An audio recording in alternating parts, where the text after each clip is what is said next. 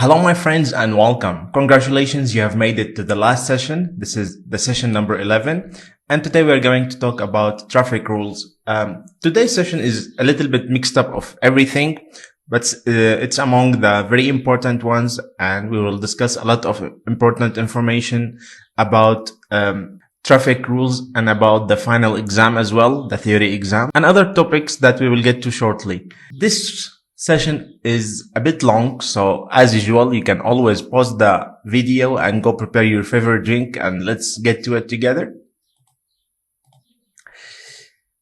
So, we get all the information, all the rules, all the signs that we discuss during our course are from the RVV book, which contain the regulation, traffic rules, and traffic signs, and it contains about 117 codes or 117 subjects. And this, as we said, include all the traffic rules that apply to all road users. Now let's discuss about driving license categories. We will focus mainly on the category B and category BE. There are some other categories, of course. We have category A and we have some other categories for other types of vehicles, but let's focus on those because actually our course is based on those two categories. So let's see the difference between category B and category BE. The vehicle weight. Both license allow me to drive vehicles that weighs maximum 3,500 kilograms and I can take up to 8 passengers with me. So in total, there will be 9 people sharing the car. So let's say I'm driving a minivan. I can carry 8 passengers and this minivan cannot be exceeding 3,500 kilograms.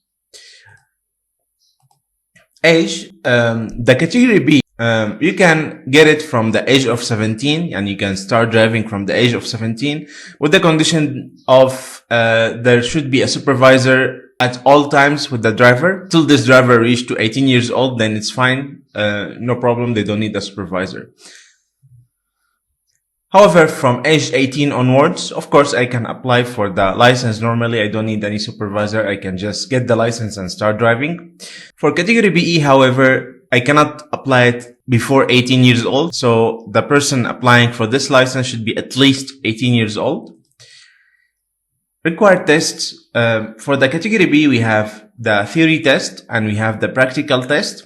However, for the BE, we have only a practical test, but you should get the category B first. So, you cannot apply for the category BE directly. You have to apply for category B.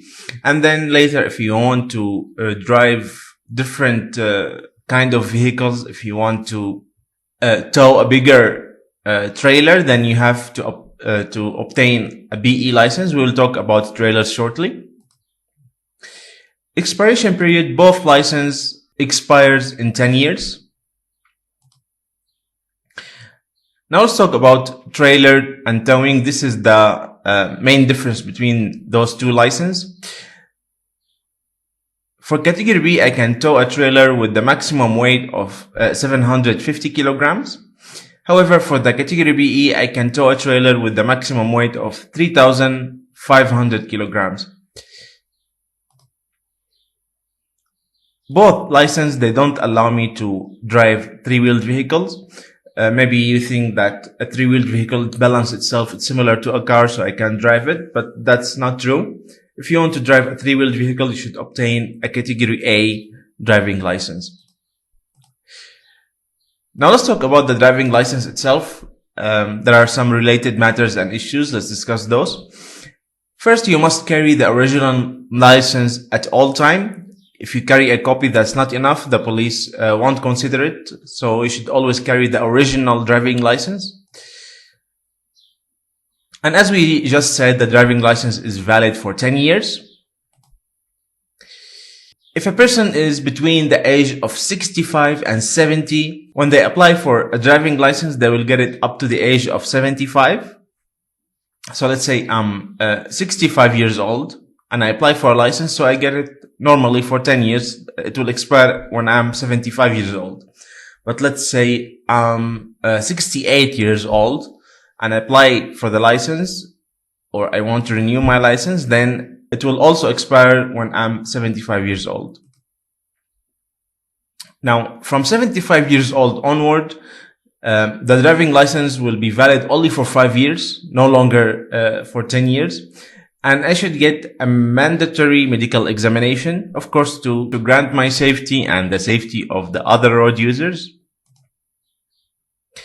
If a novice driver gets 2 penalty points, they must hand over the driving license to the police. So let's say I just got my license and I got 2 penalty points, then I should go to the police and tell them, please take my license. I'm not ready to drive yet. I commit 2 penalties. If you have lost your driving license, first thing first, you should go to the police station and report that you lost your driving license, because maybe you lost it somewhere and someone could rent a car and maybe that person will have an accident, then it will come on your shoulders. So first thing to do when you're not able to find your driving license, when you are sure that you completely lost it, then you go to the police and get a report that you lost your driving license, and then you can go to the municipality and get a replacement of the driving license that you lost. When you pass the theory exam, the result of this exam will be valid for 1.5 years. So I have 1.5 years after I pass the theory exam to pass the practical exam. If it takes me longer than this, then I have to repeat the theory exam and I have to again do the practical exam, of course. Now, we spoke about the supervisor a few seconds ago, that when let's say I'm 17 years old and I want to drive a car and I have my license already, I have my category B driving license, I'm allowed to drive with the condition that there is a supervisor with me at all times. Let's talk about the criteria that we should find in this supervisor. First, they must not have any criminal convictions. Second, they must be at least 27 years old. Then they must possess driving license since 5 years at least. So if he's 27 years old and he just got the driving license, or he got it, let's say 3 years ago, he cannot supervise. And let's say I'm a supervisor, I'm supervising, let's say my kid who is 17 years old. I should always carry my driving license, even that I'm not the one who's driving, my kid is driving and he has his license. So as long as I'm supervising, I should carry my own driving license. The supervisor must not have attended behavior improvement or alcohol addiction sessions. Also, as you can imagine, the supervisor must not be under the influence of alcohol when supervising other driver. And let's say we have one of those conditions that we just mentioned was not met by the supervisor. So let's say the supervisor with me was under the influence of alcohol. Then the police stopped me, and then they found out that the person who was supervising me is under the influence of alcohol. Then I get a fine of 100 euros and they will take off my license from me. And this is the same if I'm driving without any supervisor. So if you don't have all these criteria, all these conditions met in the supervisors, you're same like you're driving without a supervisor. Now let's talk about tests. In the theory exam, we have in total 65 questions divided into different categories or different groups. Let's talk about those groups. The first group contains 25 questions, and this is like response and awareness. So you have they show you an image and they tell you what should you do in this scenario, and you have to choose: should I use the brakes? Should I lift off my foot off the accelerator, or I should not do anything? So you have 3 options you have to decide, and you have very short time to choose the correct answer for each question. By the way, on our Facebook, we always post similar scenarios and we ask questions that you might find in the theory exam. So maybe you can go there and check our Facebook and discuss maybe with the other students on what should be the right answer. And you must answer at least 13 questions correctly so you can pass this group. Otherwise, you fail the entire exam, of course. The second group of questions, we have 12 questions. It's about hazards. And you should answer 10 questions correctly. So you can make 2 mistakes only from this group. And the third group, it has 28 questions. It's about traffic rules. So it's like things like, are you allowed to park in this scenario? And they show you a picture. Maybe there is the no parking nor stopping sign, or there is the continuous solid yellow line along the pavement. These type of questions, like the traffic rules that we studied through the course. So as we said, in total there are 28 questions, and we should answer 25 questions correctly in order to pass in this group. Now, you must pass in all the groups, in all categories. Otherwise, you will fail in the theory exam. As we said, let's say I have a person who is 17 years old. So they can obtain a category B driving license, and they can start taking driving lessons from the age of 16 and a half, so 16.5. Once they are 17, they can have the practical exam. And from the age of 16, they can start applying for the theory exam. So they can take the theory exam when they are 16 and a half, they can start taking driving lessons. And when they are 17, they can drive with a supervisor. And when they are 18, they can drive normally like any other driver without any supervision. Now let's talk about registration plates. We have those plates. We can see those on caravans or trailers that weighs less than 751 kilograms.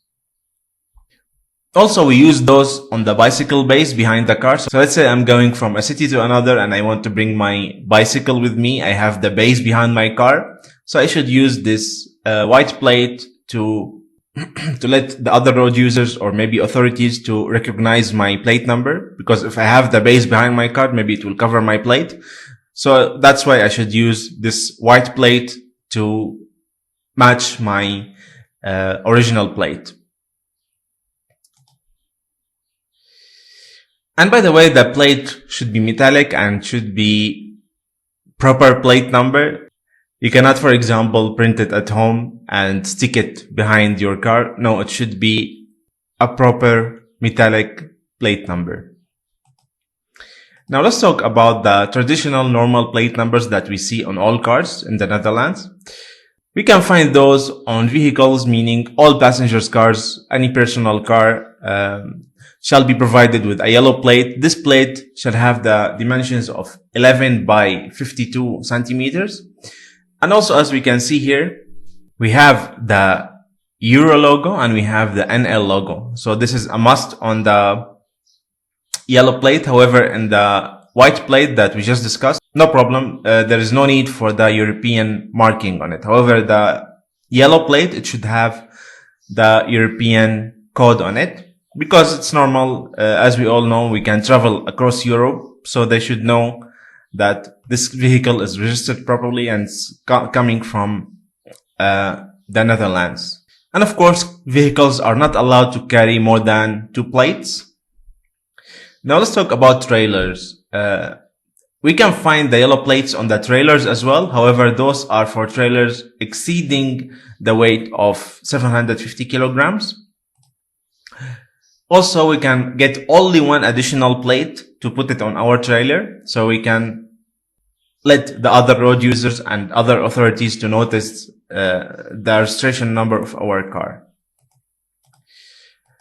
Now, let's keep talking about trailers. We have 2 types of brakes in case the trailer got disconnected from the car which is towing it, from the vehicle which is towing it. We have the auxiliary claws. Those we can find them on a single axle vehicles weighing less than 750 kilograms. What do you mean by single axles? So I have a trailer over here and it has only 1 set of tires. So I have 1 tire on this side and 1 tire on that side. So it has 1 axle connecting both wheels. This means this is a single axle trailer, and since it's less than 750 kilograms, I can have the auxiliary claw. The auxiliary claw, it will help the trailer to stay attached to the vehicle towing it, even it got disconnected. So let's say trailer got disconnected. So the claw will help slowing down the trailer, and it will help keeping the trailer connected to my vehicle. The other type that we have separate brakes on trailers that weighs more than 750 kilograms. So here we have an example. This trailer has two sets of wheels or two sets of tires. So it has 4 tires in total. So we have 2 axles. There is 1 axle here, 1 axle here. And this type of trailers, they can be provided with a separate brakes. So let's say the trailer got disconnected from my car. There should be a brakes that get deployed when the trailer gets disconnected. So it will help the trailer to stop and not damage or cause harm to other drivers.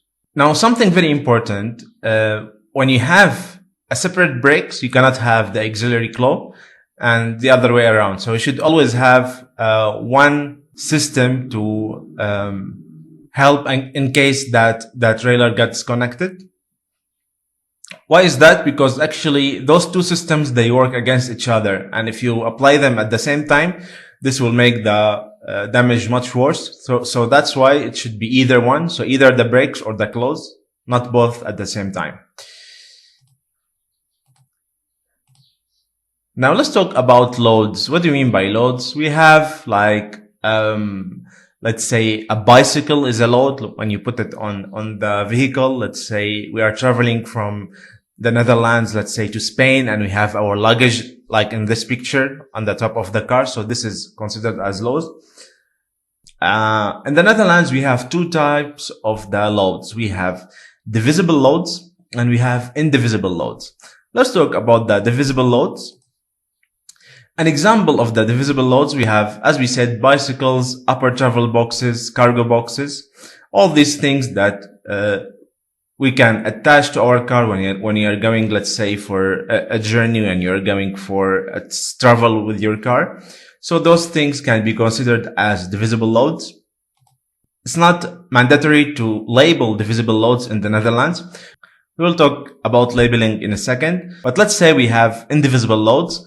Then these loads, indivisible loads, will be much bigger than the normal loads. That's why you should add markings to those loads to let other drivers recognize that you are carrying a heavy object.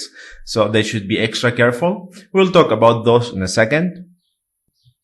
And as you can imagine, it's forbidden to put any loads on the front of the car. Now let's talk about the indivisible loads. An example of the indivisible loads, let's say ladders, building scaffolding. Maybe you went to IKEA, you bought some heavy, big, couch or something. So those things are considered indivisible loads. And we have some regulations and we have some rules to follow when we have such a loads. First thing first, we should always label the indivisible loads. Here we must use the adjacent plate. This plate, it has reflectors on it and it will tell the other drivers to be extra careful because this load it will be taking from the road that the other drivers are using. We will explain this in a second. So here we have a normal car. It's taking this weird, heavy, big board. Now, if this board is protruding 1 meter from the front and 1 meter from the back, then I don't have to use this label. But let's say if it's exceeding 1 meter, so 1 meter and 10 centimeters here, let's say, then I should use this label to let the other drivers know that I'm driving with indivisible loads.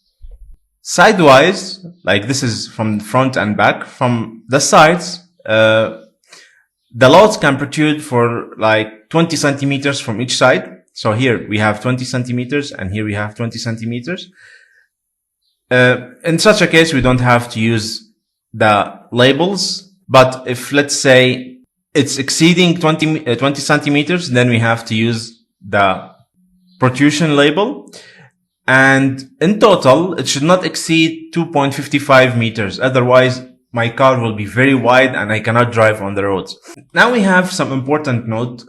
In some vehicles, those vehicles are already wide. So let's say I'm driving a van and this van is 2.5 meters wide. So I have 2.5 meter wide. I cannot put loads that can take 20 centimeters again from the road, because my van is already 2.5 meters wide and I'm allowed maximum to 2.55. So I can put loads that can take only 2.5 centimeters. I cannot put 20 centimeters load, like in this case over here. We have loads that taking from each side 20 centimeters. That won't be possible if my vehicle is already too wide.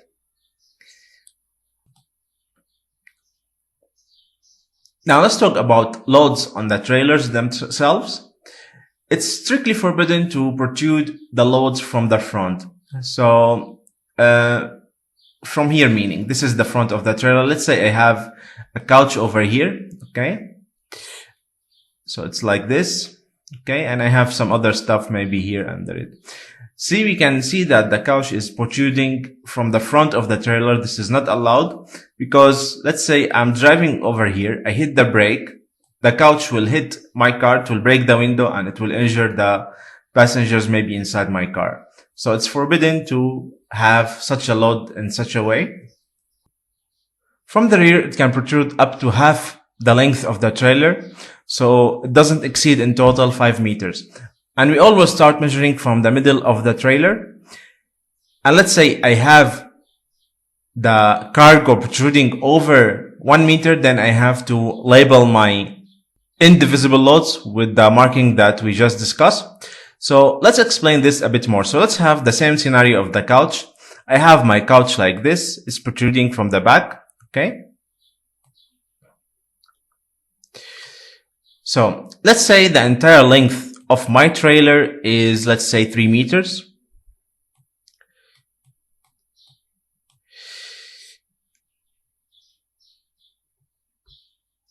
So I'm allowed to let my cargo protrude from the back or let my loads protrude from the back, but it should not exceed 5 meters. We measure from the middle of the trailer. So I start measuring from the middle of the trailer. So the trailer is from here till here. I start measuring maybe from this point. This is, let's say, 1.5 meters this side and 1.5 this side. Now, the entire length from here till here should not exceed 5 meters. Okay. And let's say I have over 1 meter from this side protruding from the trailer. Then I have to label my cargo with the marking that we just spoke about. Also, we have the regulation for the width. So it should not be wider than 3 meters. If it's protrude more than 10 centimeters from the side, then I should also attach the protrusion plate that we spoke about, the one that helped the other drivers recognize that I'm carrying large indivisible loads. So let's again discuss the example of the couch. I have the couch like this. So the protrusion plate should be hanged exactly here. I cannot hang it here, for example. This is not the furthest point. It should be here because this is the far end of the loads. Now let's talk about accessories. When you drive at the speed of 100 kilometers per hour, the fuel consumption will be increased, and you can distinguish this from the following table that we prepared for you. For example, if you have a bicycle, ski box, or luggage compartment, this can increase your fuel consumption of 30%. Why is that? Let's explain this pretty quickly. So we have our normal car like this, okay? And we have our bicycle here. Okay, maybe we have 2 bicycles, I don't know. So when you're driving in such a way, not the weight of the bicycle is causing the 30% increase. The bicycle might be very light, but what's happening here that we have the wind, this create a drag. So this is blocking the car from moving forward. So the car needs to put more effort to go through the air. That's why we have cars looking more aerodynamic. This will help the car to save a lot of fuel. So that's why we see cars now like more curvy, a little bit lower to the ground than the previous days. So the important thing that you should memorize from all of this, let's say you have bicycle, ski box, or luggage. This could increase your fuel consumption up to 30%. If you have your sunroof open, this could increase your fuel consumption between 6 and 10%.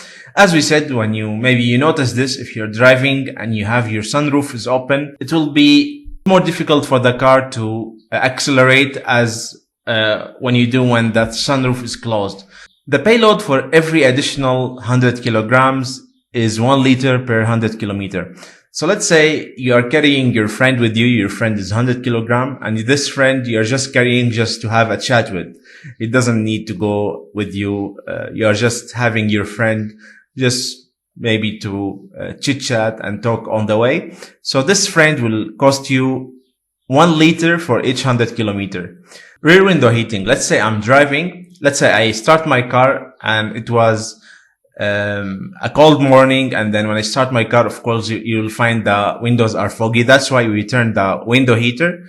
This will help the windows to clear, or the windshield to clear. If you forgot to switch off the heater, the window heating, or the windshield heater, this will increase your fuel consumption between 3% and 5%.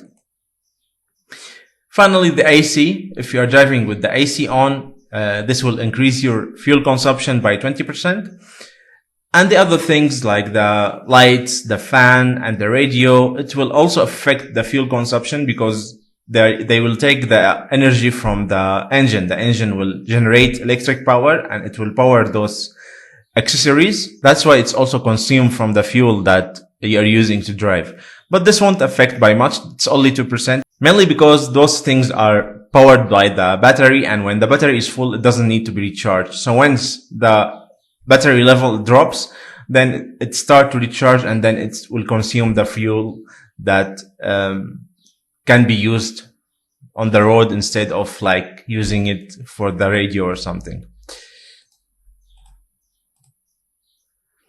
Now let's talk about vehicle attributes. What do you mean by the vehicle attributes? Like, I'm allowed to drive a car. What should be the length? What should be the width of this? So, let's talk about those dimensions. So my personal car should not exceed 12 meters in length. And with a trailer, it cannot exceed 18 meters. Here we have a reminder, like if we have the total length of the trailer is 7 meters, then I'm not allowed to drive on the left lane of the highway. I should always stick to the far right lane on the highway.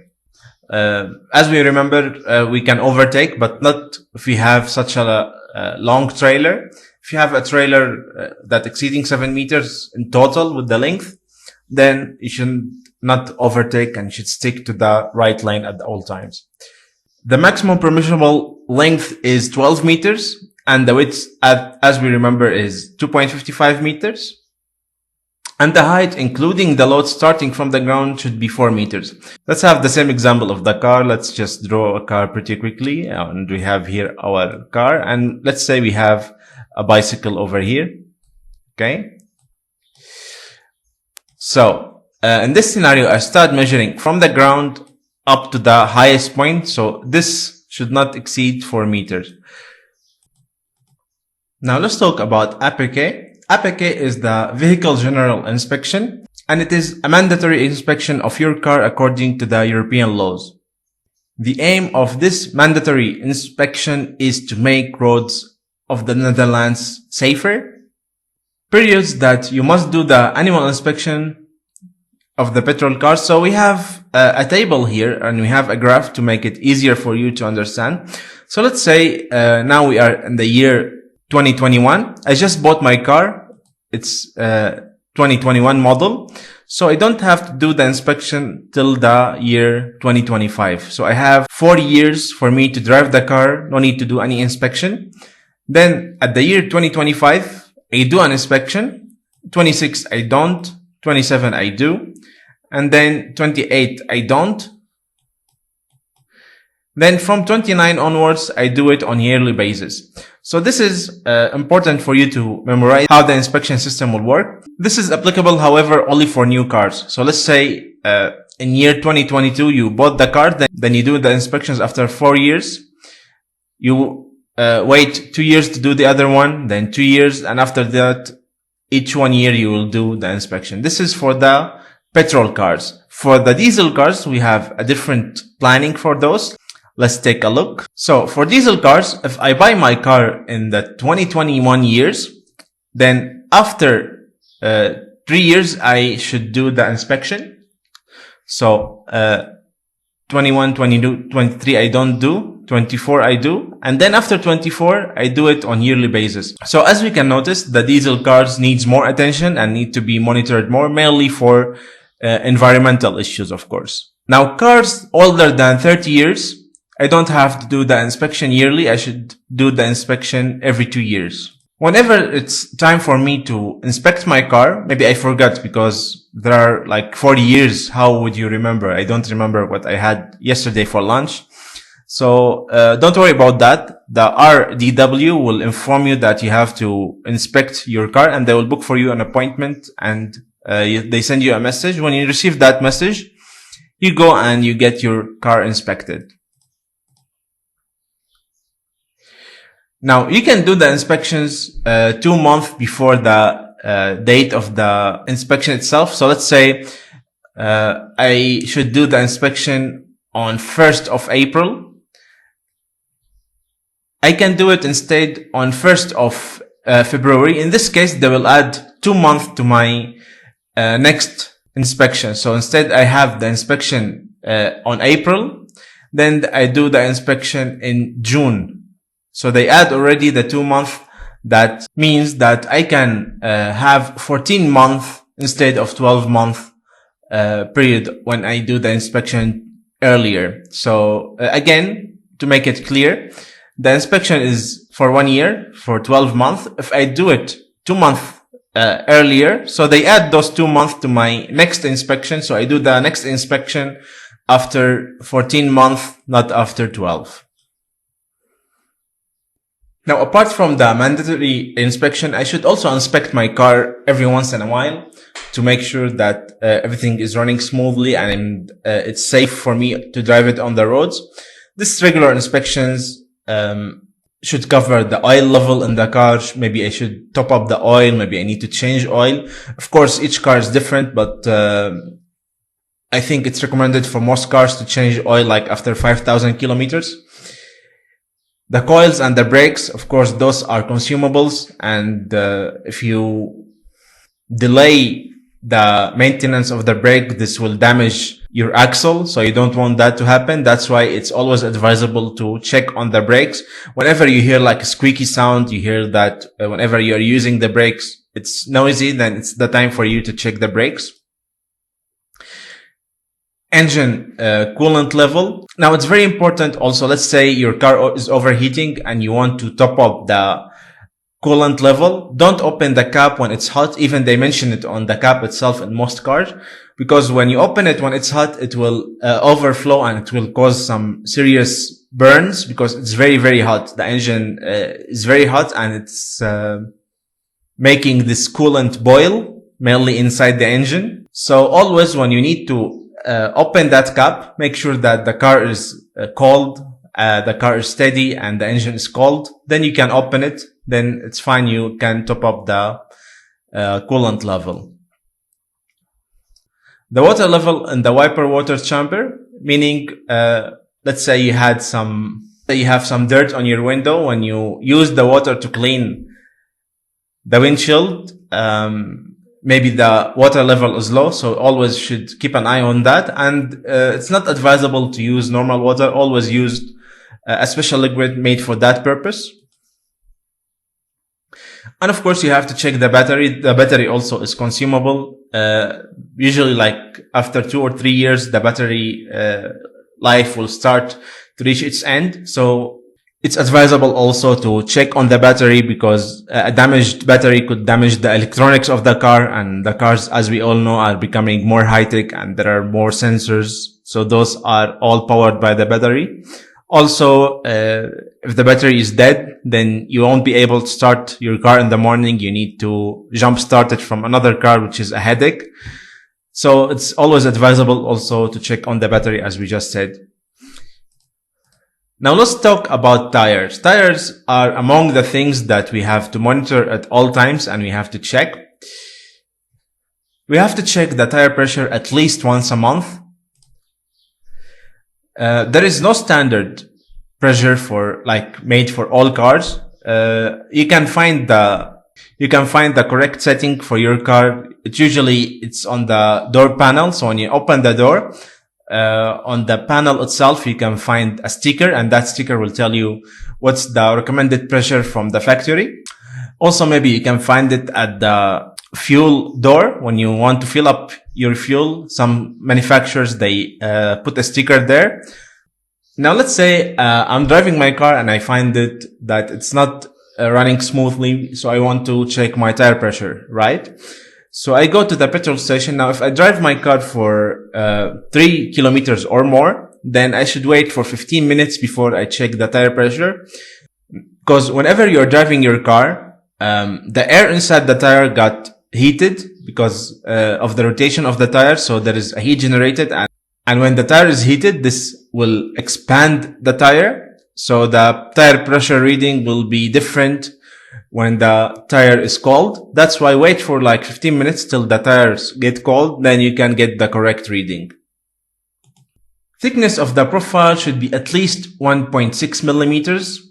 And it's recommended to be like 4 millimeters. The profile, we mean like when you have a look on the tire. So let's draw a tire from the side.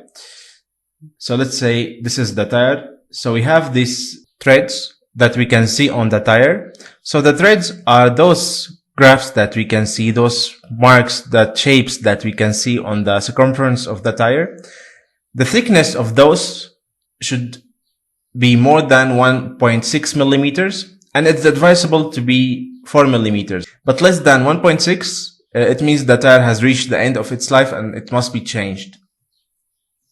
And it's very advisable to do a regular checks on your tire pressure, because the correct pressure will always help you to save on the fuel. It will help to have a smoother ride, and it's also important for the safety as well. When we talk about winter tires and summer tires, there is a golden number that we must remember. This number is 7 degrees. So if it's more than 7 degrees, meaning 7 degrees above zero, so here we have 0, and here we have, of course, -1, -2, so on. Here we have 7. So from 7 degrees and up, I put summer tires. Less than 7 degrees, I start to change to the winter tires. Now, sometimes we might have a warmer winter, especially with the global warming that we are all facing. So it's advisable to change to summer tires even if we are during the winter. So let's say the temperature is 10 degrees and it's winter. It doesn't mean that I should keep my winter tires on. It's better for me to change to the summer tires when like the weather is warm. And then when it gets cold again, I can change to the winter tires. Now there is a major difference between the summer tires and winter tires. Not only the rubber composition between the winter and the summer tires, but also the treads on the tires. So the treads that we just spoke about on the tire. So let's draw a tire one more time just to have. So those treads in the winter are designed like, let's say the water came inside the tire. So those treads will kick the water out of the tire again, right? It will help to get the car sticker on the road, because when the water comes in, the treads will get rid of the water, so the tire will remain sticking on the ground or on the asphalt. How about for the summer tires? The design of those treads are not designed to get rid of the water, because of course during summer we don't have rain, we don't have snow. However, in the summer it's designed to help the tire get stuck on the road better than the winter tire. So that's the main difference between winter and summer tires. Now, a few things to remember, that the hotter the weather is, the softer the rubber. for the winter tire, and this lead the tire to wear quickly, and it's better to change if the temperature rise. So if I'm using my winter tire when the temperature is higher than 7 degrees, then this will damage the tire, so the wear on the tire will be increased. So it's better for me to save money and change to the summer tires, as we said, better than consuming and damaging my winter tires. Now again, here we have this graphs to help us remember this graph, and remember the 7 degrees. So less than 7 degrees winter tire, more than 7 degrees summer tires. From tires we move to seat belts. The driver and all passengers must always use seat belts and wear them correctly. So it's not only necessary to put the seat belt, but to put it the right way, the correct way. If it's like twisted, you should not buckle up. Just fix the seat belt the correct way. Each person in the car must have their own seat belts, otherwise they are not allowed to ride. Some cars that are designed to have 4 passengers only, so maybe there is enough space for 3 people in the back, but they designed the car to have only 2 passengers in the back. One of those examples, I think the Passat CC, or later they call it the Volkswagen CC. It's like 4 doors car, but it's only made for 4 passengers. Even that the seat can take 3 people, but only 2 seat belts are there. In this case, I'm not allowed to take. Children under 2 years old should be placed in a 3-point child seat. The child seat must be fixed with the 3 points and conform to the European specifications. So when you buy a child seat, you should always check for those marking on it. This is for the children under the height of 1.35 centimeters. So 1 meter and 35 centimeters. If they are over this height, they don't need to use a child seat, but if they are 1.35 meters or less, they must use a child seat.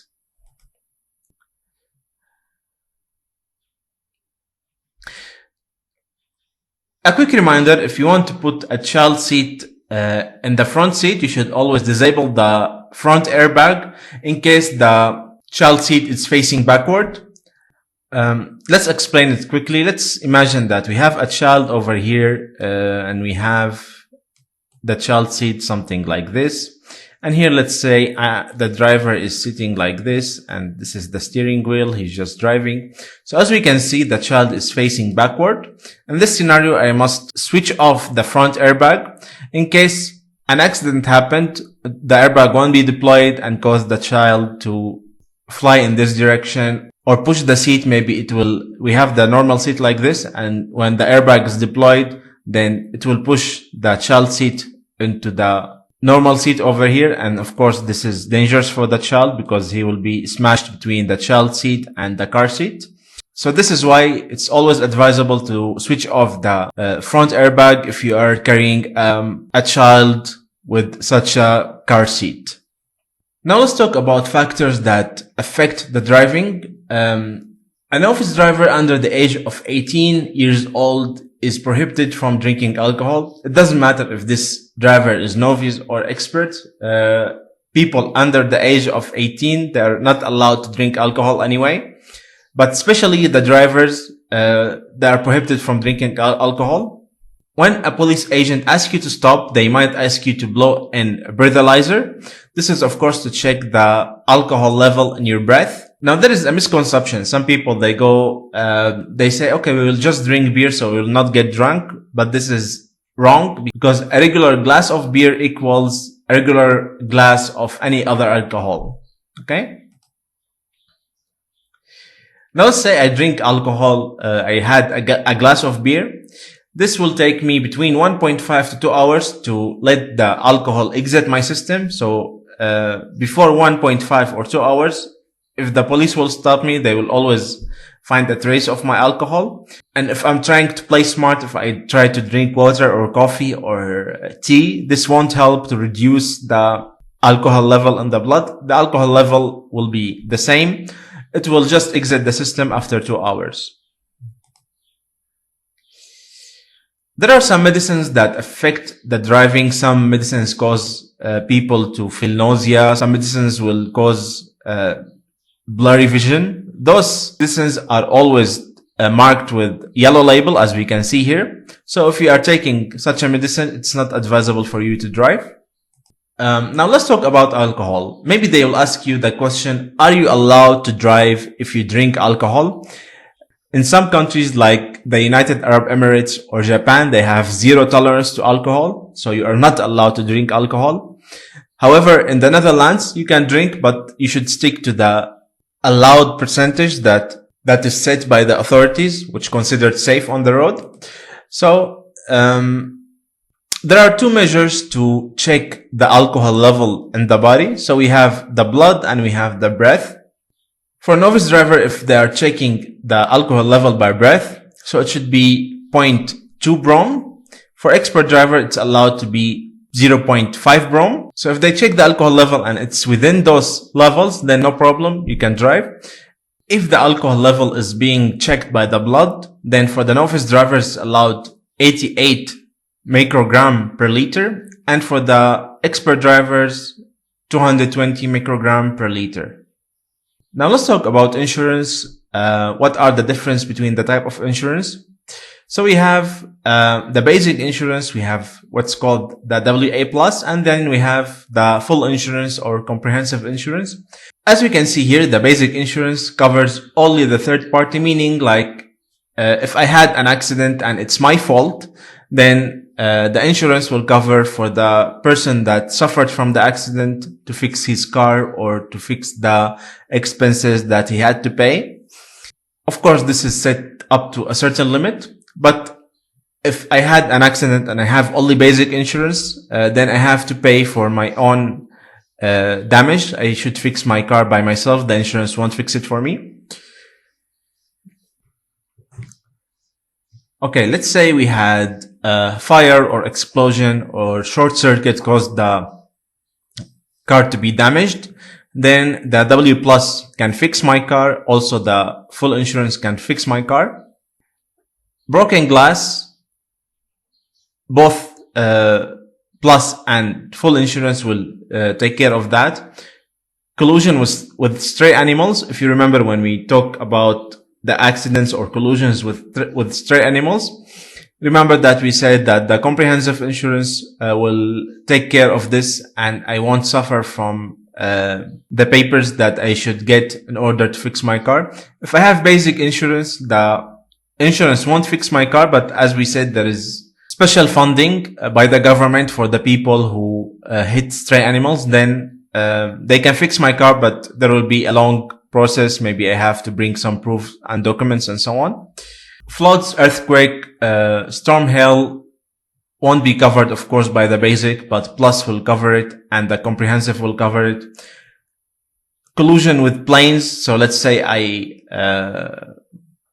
hit a plane for a reason or another, then only those two types of insurance will cover it. The rest of the things are only covered by the comprehensive insurance. Let's say vandalism. Somebody just damaged all the cars in the neighborhood. Some people, maybe some drunk people, they just get drunk and they just throw stones at the cars or something. So this is considered as vandalism, and it won't be covered by the basic or plus insurance. However, the comprehensive insurance will take care of the damage. If I hit my car with a tree or a wall or overturn, also the full insurance or comprehensive insurance will cover it. Drowning in water, full insurance will take care of the fixing, or maybe they have to get me a new car, depending on the policy, of course. And other type of risks, if I have full insurance, comprehensive insurance, this means the insurance should take care of most of the scenarios. All right. Now, there are some mandatory items to have in each car and some unmandatory items. Let's talk about those. Among the mandatory items, we should always have a speedometer telling me what speed I'm driving, which is the speed of the car, and should have also the mileage. I should have 3 brake lights. So before, in the early 90s, the only brake lights that we have are the brake lights in the back of the car. So let's imagine that this is the back of the car like this. So before the brake lights, only I need two brake lights, meaning this light and this light. But later they decided that there should be a third brake light. So you find a brake light maybe within the rear windshield, or maybe you find it at the top of the car, or maybe sometimes we have an entire light bar at the back of the car. This is considered also a third brake light. It should have good tires. As we said, the thickness of the profile should not be less than 1.6 millimeters. And the exhaust should run quietly. Some people, they put holes in the exhaust, mainly young people, in order to make the car sound more noisy. So this is not allowed. The exhaust should be running quietly. And of course, we should have front and back registration plates. This is mandatory. Now let's talk about the unmandatory items. Let's focus now about the warning triangle. If my car breaks down, it's become an obstacle to other road users, then I should place the warning triangle to let my fellow road users know that my car has broke down and I cannot move it and I have a problem. Having a triangle with you is not mandatory. So remember this, maybe they ask you in the exam. However, you are required to put a warning triangle if you stop at a place where other drivers cannot see you. Let's say my car has broke down in a road where there are no lights. Then it's mandatory for me to put a warning triangle. Maybe, I don't know, maybe I can borrow it from other car or something. The triangle should be located approximately 30 meters from the vehicle. So I don't have to measure it exactly, but I just estimate 30 meters. Instead of the triangle, I can also turn on my hazard lights. Hazard lights, as we agreed, are all the four blinkers. There is this button which has the graph of the warning triangle. When I use this button, all the hazard lights, all the blinker lights will start blinking. So this is considered as a hazard triangle or warning triangle as well.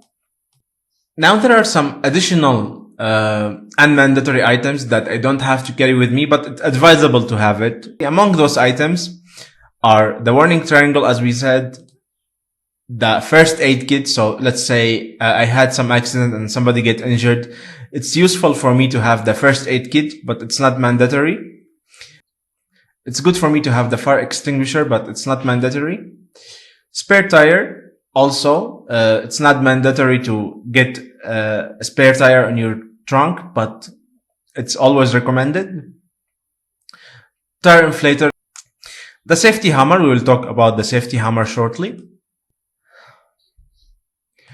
The safety hammer is used in case my car is drowning. Then I use the safety hammer to break the window. In the event that we have two safety hammers, is better. So in the front we have one and in the back we have one. If the glass must be shattered, so let's say my car is drowning and I must break the glass in order to go out, then I should break the glass from this point over here. This is the weakest point of the entire glass. So if I use the safety hammer from this section over here, this will help me to break the glass easier. And the safety hammer should be placed at the front console. Now in the final exam, they might ask you, are you obliged or is it mandatory to have a safety hammer or to have a warning triangle or to have a fire extinguisher? The answer is no, it's not mandatory. So it's advisable to have them, but it's not mandatory. Now, if I'm driving a manual gear car, then I should change the gear at the appropriate time. For gasoline cars, it's advisable to change gears at around 2,500 RPM. So here we have the gauge cluster in front of us. If I'm driving a manual car, when the RPM reach here 2.5, then it's advisable for me to change gears. For diesel cars, it should be changed at 2000 RPM. Also, of course, if I am obtaining or if I'm holding a category B driving license for automatic only, I'm not able to drive manual cars. I should have a proper driving license that allows me to drive manual cars. The cruise control is a device that we can find it in the modern cars. This will help me to stabilize the vehicle speed at a certain speed. So let's say I'm on the highway. I can set the speed to 100 kilometers per hour. So I don't have to do anything. I just set the speed to 100 kilometers per hour, and I just hold the steering and monitor the road. In case something happen, I can of course slow down the speed using the brakes. But let's say the road is open, there are no cars in front of me, then I can just set the speed and the car will take care of the speeds. So it will not go above or lower 100 kilometers per hour. Using cruise control saves fuel. It makes sense because the revs of the engine will be stable. Because let's say if you're not using cruise control, then you go again like to 130, then you slow down to 100, then again you go down to 120, then you slow down to 100. Well, if you use the cruise control, you set the speed to 100, so you don't have to keep monitoring and you don't have to use the brakes, and this will save fuel, of course. The negativity of the cruise control is that you don't focus on the road anymore. You think that, okay, I don't have to check the speed, so maybe you wonder maybe. So that's why you should always stay attentive on the road while you are using the cruise control. Now let's talk about brakes. There is a rule telling me that more brakes meaning more fuel consumption. Always use the brakes instead of the engine power to reduce speed. So let's say I'm driving my car. I can reduce speed if I'm driving a manual car by changing to different gear. So if I reduce the gear, if I'm, let's say, on the third gear, if I put the gear on second gear, the car automatically will slow down. But this is not advisable. Always, if I want to reduce the speed, I should use the brakes, not the engine power. It's advisable to drive with the traffic flow, because if I'm trying to drive faster, then I have to use more brakes. When you stop more than 60 seconds, turn off the engine. This will save about 250 euros a year. And one bonus that we can get from this is we help the environment, because when the engine is running and the car is not moving, then I'm burning fuel for nothing. So now let's talk about the factors that affect the fuel consumption. Drive immediately after starting the car. So some people, they are used like when we are kids, your father tell you, okay, heat up the car. Start the car, you start the car and you wait for 15 minutes, maybe half an hour. Then people will come, will sit in the car, then you take off. This is wrong. Cars are designed to start driving immediately. You don't have to warm the car, as we used to say. Smooth takeoff mean like I accelerate slowly. I don't have to start my car and drive 100 immediately. No, start, drive slowly. This will also help the fuel consumption. As we just said, if you turn off the engine, if you stop more than 60 seconds, also this will help the fuel consumption. And of course, don't drive too fast. When you are driving too fast, you are burning more fuel. Also, maintaining a good tire pressure also will help saving the fuel, as we said. In general, good car maintenance also will help with the fuel consumption. And as we said moments ago, driving with the flow of the traffic and avoid using the brakes, this also can help me reduce the fuel consumption.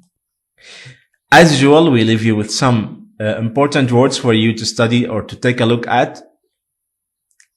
As we used to say, it's always advisable to learn those in Dutch, because we are driving on Dutch roads.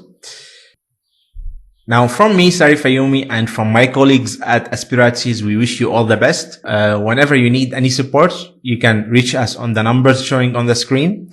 Also, we like to hear your feedback. So if you think that something need to be changed, something need to be clarified, you can always reach us. And as I said, you can go to our Facebook and check with the community there. We always ask some important questions. We always discuss some important topics. So it's time for me to tell you goodbye, and I wish you all the best.